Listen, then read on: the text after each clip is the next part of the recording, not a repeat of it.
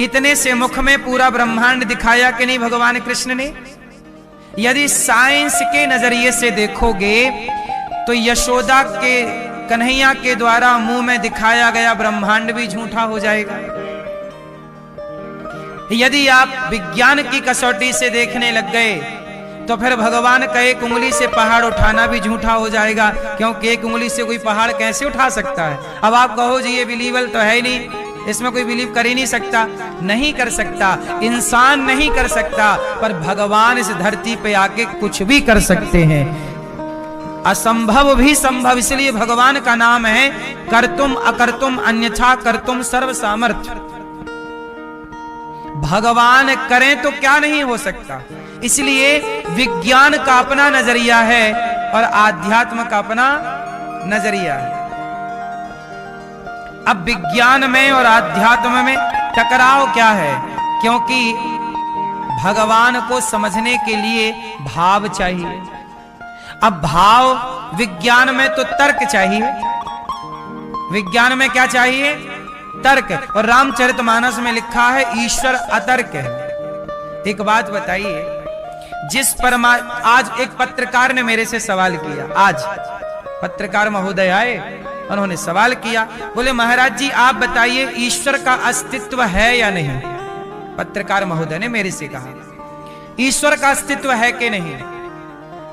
मैंने कहा कि एक बात बताओ, आपने चश्मा लगाया है तो चश्मा बनाने वाले ने चश्मा बनाया होगा तब ना चश्मा बना। क्या बिना बनाए चश्मा बना होगा मेरी माँ? क्या बिना बनाए आप लोगों ने जो कपड़े पहने हैं क्या वो बिना बनाए बने हैं? उत्तर दीजिए। बिना बनाए चश्मा नहीं बन सकता, बिना बनाए कपड़े नहीं बन सकते, तो बिना बनाए ये संसार थोड़ी बना होगा। इसे किसी ने तो बनाया होगा, और जिसने बनाया होगा हमारी भाषा में उसी को भगवान कहते हैं।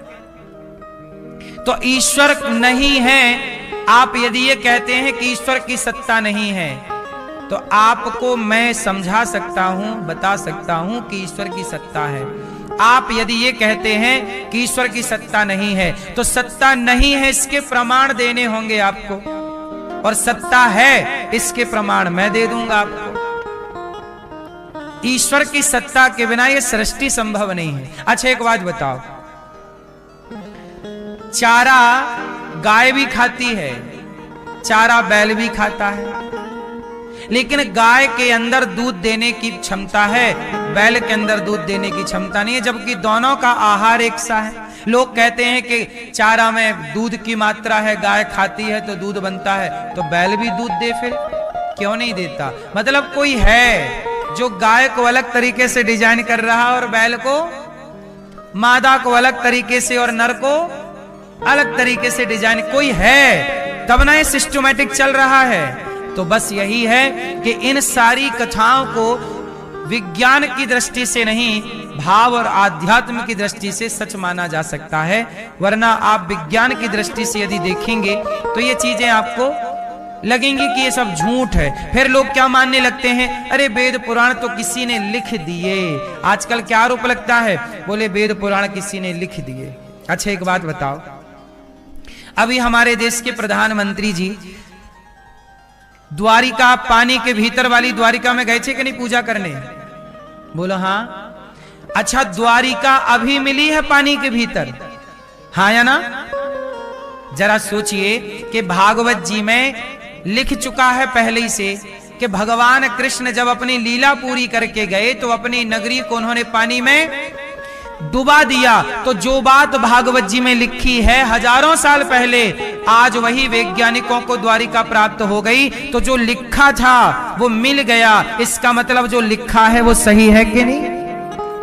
यदि एक बात सही है तो बाकी बातें सही है। महाभारत का युद्ध कहां हुआ? कुरुक्षेत्र में। कुरुक्षेत्र में आज भी महाभारत के अवशेष मिलते हैं कि नहीं खुदाइयों में, पुरातत्व विभाग को, हाँ या ना? तो ये क्या सिद्ध करती हैं चीजें? क्या ईश्वर को आप नकार सकते हैं, डिनाई कर सकते हैं कि नहीं है? अब मैं आता हूं उस बात पर जब वो पत्नी पतिव्रता नारी ने बोल दिया कि सूर्य भगवान तब तक नहीं आएंगे जब तक मैं नहीं चाहूंगी, पतिव्रता नारी हूं मैं। बाद में माता अनुसुईया जी आई और माता अनुसुईया ने कहा कि तू आने दे सूर्य को, व्यवस्था ना बिगाड़ बहन, मैं तेरे पति को जीवन दान दूंगी। इस धरती की सबसे बड़ी पतिव्रता नारियों में माता अनुसुईया है और माता अनुसुईया ने कहा कि आने दो। जब आने दिया, सूर्य का पहला किरण पड़ते ही शाप लगा हुआ था, वो मारे गए।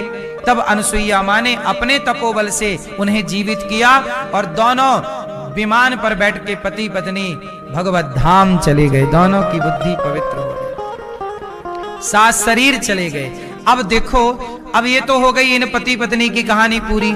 इसलिए कहता हूं, पति कैसा भी हो, नारी का धर्म क्या है? पुरुष का धर्म है कि अपनी पत्नी का आदर सम्मान सत्कार करे, पर नारी का भी धर्म है कि वो सदा पति के आज्ञा पर चले, एक दूसरे का आप ख्याल रखें और जीवन बिंदास गुजारें। पतिव्रता नारी सबसे बड़ी ताकत है। अब नारी चली गई, अब महात्मा की खुल गई समाधि। अब मांडव ऋषि को आया क्रोध, पूछा कि भाई मुझे किसने सूल पर चढ़ाया? तो बताया कि राजा ने चढ़ाया। तुरंत सूल को काटा, आधा अंदर घुसा है और चलते हुए गए राजा के द्वार पर।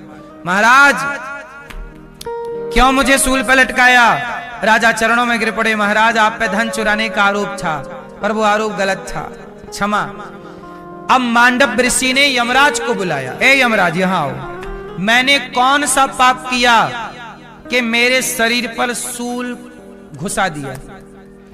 तब यमराज ने डर के मारे खाता वही अपने पलटे पाप पुण्य के। तो कहा मांडव ऋषि से कि जब आप 4 साल के थे, छोटे बच्चे थे, तब आपने तितली पकड़ी। क्या पकड़ी? तितली। तितली जानते हैं, तितली उड़ी बस में चढ़ी। तितली पकड़ी और तितली के आपने कांटा चुभा दिया, पीछे से लेकर घुसाया कांटा, तो तितली के आगे से निकल गया और आपने छोड़ दिया तितली को। वो तितली तड़प तड़प कर मर गई। आपने तितली को कांटा घुसाया था तो आपको सूल घुसाना पड़ा, और ये आपके कर्मों का दंड है, ये पाप आपका है महाराज, इसीलिए आपको सूल पे से गुजरना पड़ा। मांडव ऋषि बोले कि यमराज तुम तो वहां बैठे रहते हो, इस धरती पे आओ, पाप करने से कोई बचा है? और 4 साल 3 साल का बच्चा क्या जाने, मैं छोटा था, मैं क्या जानूं पाप क्या होता है, पुण्य क्या होता है? मेरे द्वारा किया गया पाप, मैं तो 5 साल का 3 साल का 2 साल का बच्चा क्या जानता पाप पुण्य? आज से तुम संशोधन करो कि 5 साल तक बालक, 5 साल तक का बच्चा कोई भी पाप करेगा तो वह पाप उस बच्चे को नहीं, उसके माँ बाप को लगेगा, उसे नहीं लगेगा, क्योंकि उसे पाप पुण्य का ज्ञान। इसलिए माँ बाप को देखना चाहिए कि बच्चा कोई पाप तो नहीं कर रहा, कोई गलती तो नहीं कर रहा। और सुनो, आपको मैं शाप देता हूं, आपने मुझे तनिक से पाप का इतना बड़ा दंड दिया, आपको भी 100 वर्षों के लिए यहां शूद्र बन करके आना पड़ेगा। मांडव ऋषि के शाप के कारण यमराज को विदुर जी के रूप में आना पड़ा। ये विदुर जी, तो विदुर जी की ये कथा है। ये विदुर जी साक्षात धर्मराज है, इसलिए आज भी विदुर नीति पढ़ी जाती है। अब विदुर जी महाराज के द्वार पर कौन आए? भगवान आए। विदुरानी, विदुर नहीं थे, विदुर नहीं घर थी विदुरानी, और भगवान जब आए काकी जी ने बिठाया। हो सबसे ऊंची प्रेम सगाई, हाँ सबसे ऊंची प्रेम सगाई। दुर्योधन के मेवा त्यागे, दुर्योधन के मेवा त्यागे, साग विदुर घर खाई हो, साग विदुर घर खाई, सबसे ऊंची प्रेम सगाई, सबसे ऊंची प्रेम सगाई। दुर्योधन की मेवा मेवा त्यागी साग विदुर घर, सबसे ऊंची प्रेम सगाई। अब प्रेम विवश अर्जुन रचहा क्यों। अब भगवान खा रहे हैं साग, काकी जी कुछ और लाओ, छिलका ले आई और केला ले आई, छिलका फेंकती जाती, फल फेंकती जाती, छिलका देती जाती और भगवान खा रहे, प्रेम से भोग लगा रहे। भगवान बड़े प्रेम से भगवान ने भोग लगाया है। काका जी आए, ये प्रभु 56 भोग खाओ, तूने क्या खिला दिया देवी। 56 भोग खाते हुए विदुर जी बोले काका जी, भगवान बोले काका जी जो स्वाद मुझे ने छिलकों में आया वो आपके 56 भोग में नहीं है। भाव का भूखा हूं मैं, भाव ही एक सार है, भाव से भजले मुझे तो भव से बेड़ा पार है। इसलिए भगवान किसके भूखे हैं, इसलिए प्रेम करिए भगवान से। विदुर जी को मिले किसके बल से, प्रेम के बल से। इसलिए हम आपसे कहते हैं कि जीवन में भगवान से एक संबंध जोड़ लो। विदुर जी को जब कौरवों ने निकाल दिया तो विदुर जी किसी के भरोसे थोड़ी रहे, भगवान का भरोसा क्यों घबराऊं मैं, मेरा तो श्याम से नाता है। जीवन की गाड़ी मेरी, जीवन की गाड़ी मेरी श्याम चलाता है, क्यों घबराऊं मैं, मेरा तो श्याम से नाता है। विदुर जी का संबंध देखो, हमारा संबंध यदि भगवान से है, हम क्यों परेशान होएं। परेशान वो होएं जिनका संबंध भगवान से ना हो। संसार में कितने भी रिश्ते बनाना, पर भगवान से एक रिश्ता जरूर बनाए रखना। मैया, ओ पंचायती मैया, ओ पीली मैया, हो गई पंचायत मेरी माँ, अब बैठ जाओ मेरी माँ, सब बैठ जाओ। विदुर जी महाराज पर भगवान ने कृपा की। विदुर जी भगवान का स्मरण कर रहे हैं और मैत्रेय जी के पास गए। मैत्रेय जी से कहा भगवान सृष्टि किस तरह करते हैं, सृष्टि का क्रम मैत्रेय जी ने विदुर जी को समझाया। भगवान नारायण के नाभि से कमल हुआ, कमल में ब्रह्मा जी के शरीर से सनकादि प्रकट हुए, सनक, सनंदन, सनातन, सनत कुमार। फिर ब्रह्मा जी के शरीर से ऋषि और ब्रह्मा जी के शरीर से मनु और शत्रुपा प्रकट हुए। मनु शत्रुपा की 3 बेटियां और 2 बेटे हुए। हम सब मनु की संतान हैं, इसलिए हमें मनुष्य कहते हैं। मनु की 3 बेटियां हुई, आकुति, देवहूति और प्रसूति। आकुति का विवाह रुचि प्रजापति से हुआ, देवहूति का विवाह करदम जी से। करदम जी ने कामक विमान की रचना की। सोचिए, आविष्कार आज दुनिया कर रही है और आरोप सनातन पर यह लगाया जाता है कि वेद पुराण पढ़ने वालों ने किस चीज का आविष्कार किया। तो आपको बता दूं, हमारे ऋषि मुनियों ने ही सबसे पहले विमानों की रचना की थी। समस्या ये है ना कि हमने अपने विरासत की कदर ही नहीं की।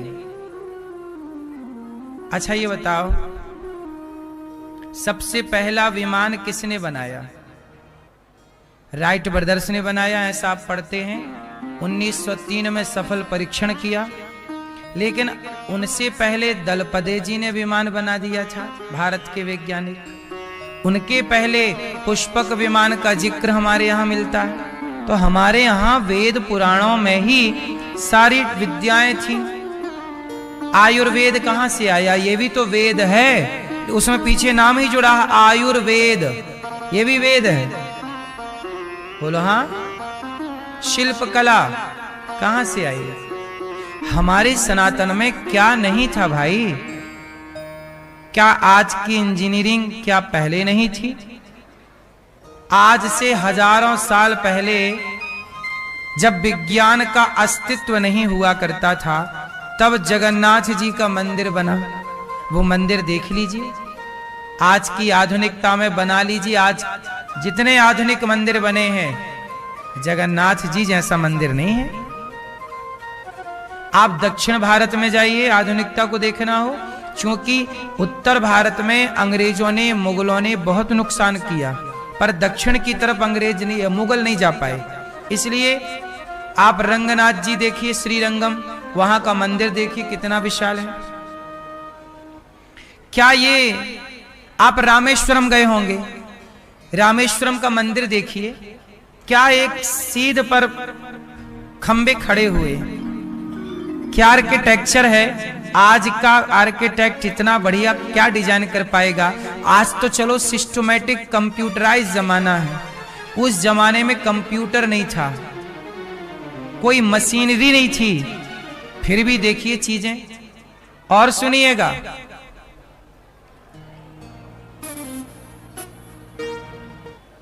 आप उत्तर में देखिए तो भगवान शिव का एक मंदिर है, केदारनाथ। बोलो हाँ, बोलो हाँ।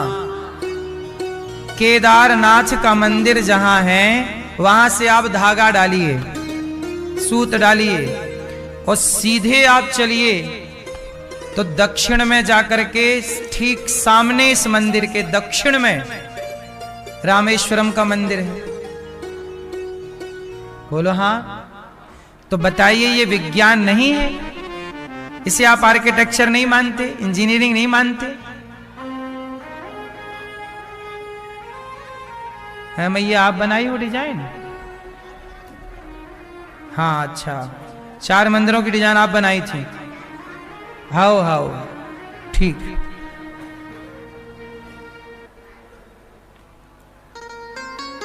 अब बताइए, उस जमाने में एक सीध पर, जो आज पता चला ना, आज जब मैप पे आपने देखा तो देखो ना, कौन सा मंदिर ठीक किसके सामने है? मध्य रेखा पे है ना ये सब चीजें स्थित। फिर अब कितनी बड़ी शिक्षा है ये। और हमें ये बताया गया भारत के लोगों को कि देखो, आप पढ़े लिखे नहीं थे पहले।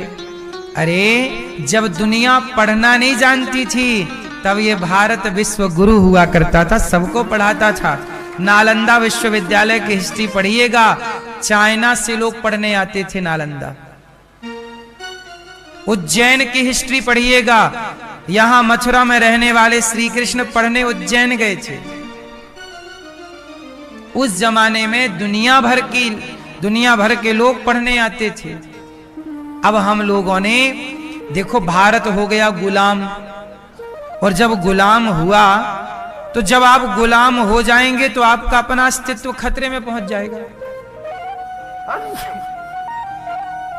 हमारे विरासत को अंग्रेजों ने, मुगलों ने जलाया, नष्ट किया, पर हमारे देश के ऋषि मुनियों ने, मेधावी लोगों ने चीजों को याद कर लिया। पुस्तक जलाओगे, जो याद है वो क्या जलाओगे? कभी आप पढ़ना इन सब चीजों को।